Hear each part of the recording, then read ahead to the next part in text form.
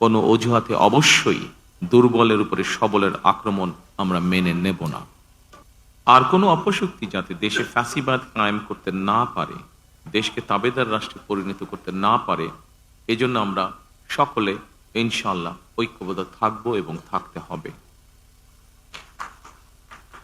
জামাতে ইসলাম, এনসিপি, ইসলামী আন্দোলন বাংলাদেশ, জমিয়তুল ইসলাম, গণ অধিকার পরিষদ সহ ৫১টি রাজনৈতিক দল এই নির্বাচনে অংশগ্রহণ করেছিল। জাতীয় নির্বাচনে অংশগ্রহণকারী প্রতিটি রাজনৈতিক দলকেও আন্তরিক অভিনন্দন জানাই।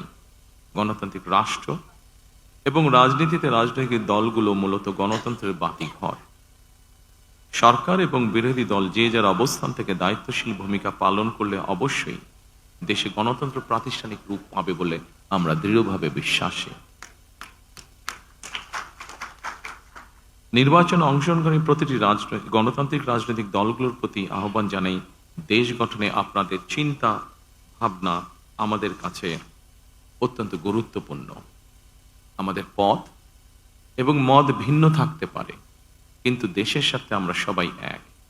আমি বিশ্বাস করি জাতীয় ঐক্য আমাদের শক্তি, বিভাজন আমাদের দুর্বলতা। প্রিয় দেশবাসী, জনমনে সৃষ্ট সকল সংশয় কাটিয়ে শেষ পর্যন্ত দেশে শান্তিপূর্ণভাবে একটি অবাধ, সুষ্ঠু এবং নিরপেক্ষ নির্বাচন অনুষ্ঠিত হয়েছে। এজন্য অন্তর্বর্তীকালীন সরকার এবং নির্বাচন কমিশনকে বিশেষ ধন্যবাদ জানাই। জনগণের প্রত্যাশিত এই নির্বাচন অনুষ্ঠানের জন্য গণতন্ত্রের ইতিহাসে আপনাদের অবদান স্মরণীয় হয়ে থাকবে।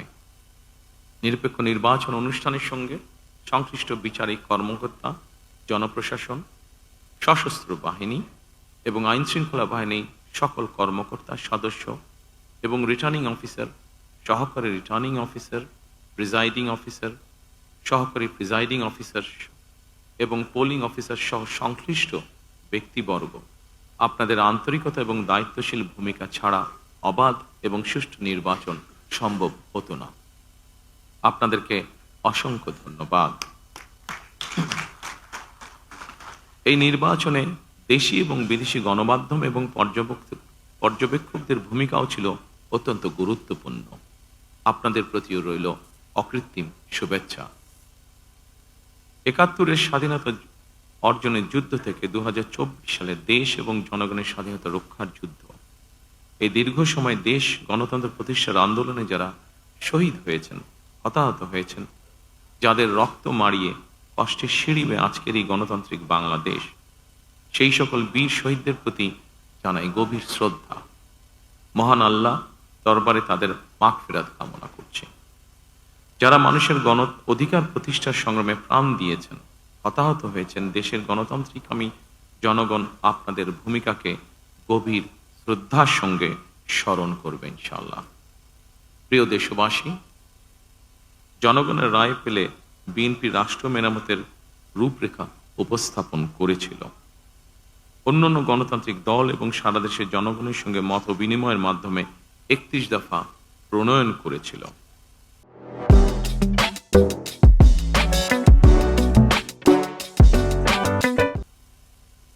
৩১ দফার আলোকে ঘোষণা করা হয়েছে দলীয় ইশতেহার।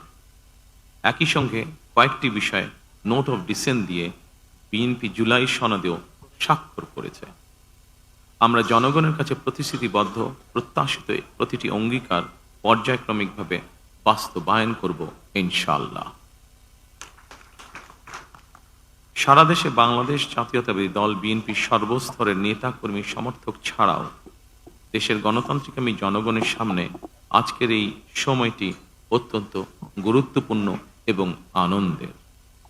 এমন এক আনন্দঘন পরিবেশে আপসীন দেশনেত্রী বেগম খালেদা জিয়ার অনুপস্থিতি আমাদেরকে করেছে ভারাক্রান্ত।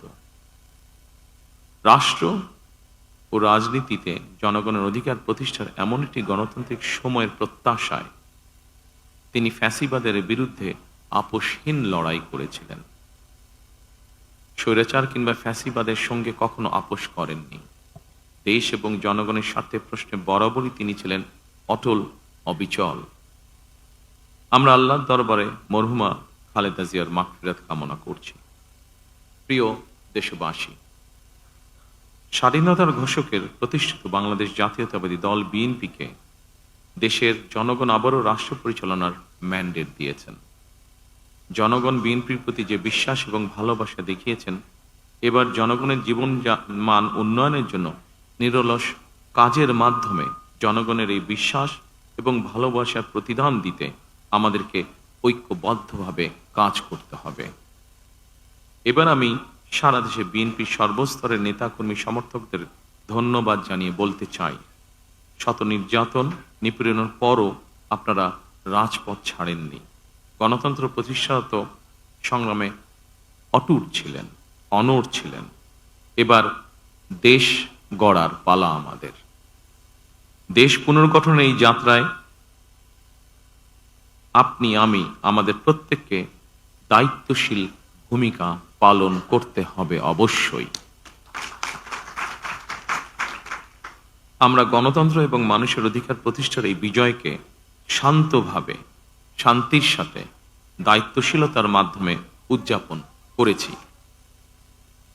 নির্বাচনোত্তর বাংলাদেশে যাতে কোথাও কোনো অপ্রীতিকর ঘটনা না ঘটে, এই জন্য শত উস্কানির মুখেও আমি সারা বাংলাদেশে বিএনপির সর্বস্তরের নেতাকর্মীদের শান্ত এবং সতর্ক থাকার আহ্বান জানাচ্ছি।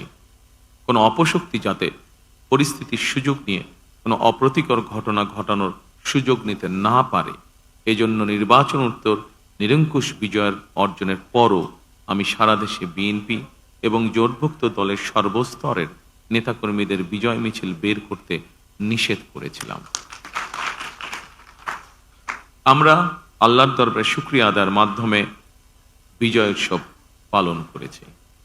আমার বক্তব্য স্পষ্ট, যে কোনো মূল্যে অবশ্যই শান্তি এবং শৃঙ্খলা বজায় রাখতে হবে।